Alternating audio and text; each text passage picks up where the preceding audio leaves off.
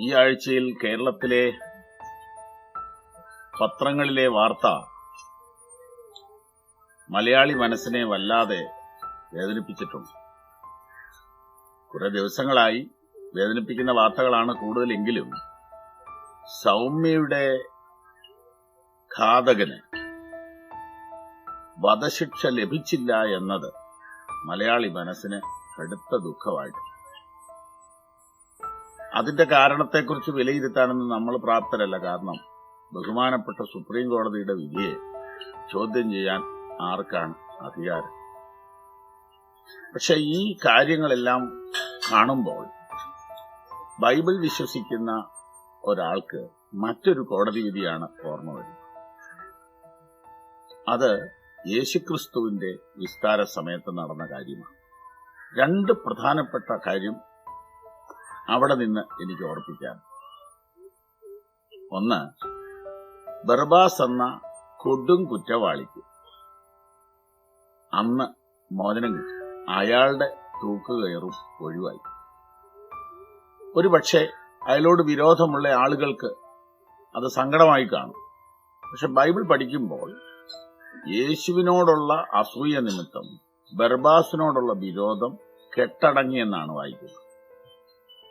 എന്നാൽ പിന്നീട് ഒരു ചരിത്രം പറയുന്നു, ബർബാസ് ക്രിസ്തു ശിഷ്യനായി.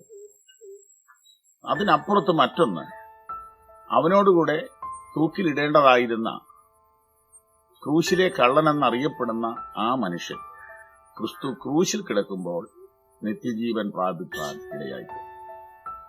എല്ലാറ്റിലും പ്രധാനപ്പെട്ട കാര്യം ക്രിസ്തുവിന് ലഭിച്ച വധശിക്ഷയാണ്. വിസ്തരിച്ച കോടതി ആവർത്തിച്ച് പറഞ്ഞു, ഞാൻ ഈ മനുഷ്യനിൽ ഒരു കുറ്റവും കാണുന്നില്ല. ഒരു കുറ്റവും കാണുന്നില്ലെന്ന് പറഞ്ഞയാളെ തൂക്കാൻ വിധിക്കുകയും തൂക്കാൻ വിധിക്കണമെന്ന് രണ്ട് കോടതി ആവർത്തിച്ചു പറഞ്ഞയാളെ വെറുതെ വിടുകയും ചെയ്തിരിക്കുന്ന ഈ രണ്ട് ചിന്തകൾ നമ്മുടെ മനസ്സിൽ എന്ത് സന്ദേശമാണ് നൽകുന്നത്? ഇന്ന് ഈ ഭൂമിയിലെ കുറ്റവാളികൾ ശിക്ഷിക്കപ്പെടുകയോ ശിക്ഷിക്കപ്പെടാതിരിക്കുകയോ ചെയ്യട്ടെ, ഒരു സുവിശേഷകൻ എന്ന എന്നെ സംബന്ധിച്ചിടത്തോളം വലിയ ശിക്ഷ, നിത്യശിക്ഷ, അതാണ് പ്രധാനം. എനിക്കും നിങ്ങൾക്കും വരാവുന്ന നരകശിക്ഷ ഒഴിവാക്കാൻ ക്രിസ്തു മരണം ഏറ്റെടുത്തു. അവനിൽ ഒരു കുറ്റവുമില്ലെന്ന് കോടതി പറഞ്ഞ ശേഷം എന്റെ കുറ്റമേറ്റെടുത്തു താങ്കളുടെ പാപം വഹിച്ച് യേശു ക്രൂശിൽ മരിച്ചു എന്ന സത്യത്തിന്റെ മുൻപിൽ ഒരു നിമിഷം മനസ്സ് തുറന്ന് ചിന്തിക്കാൻ ദൈവം നമ്മോട് സംസാരിക്കും. ദൈവം നിങ്ങളെ അനുഗ്രഹിക്കട്ടെ.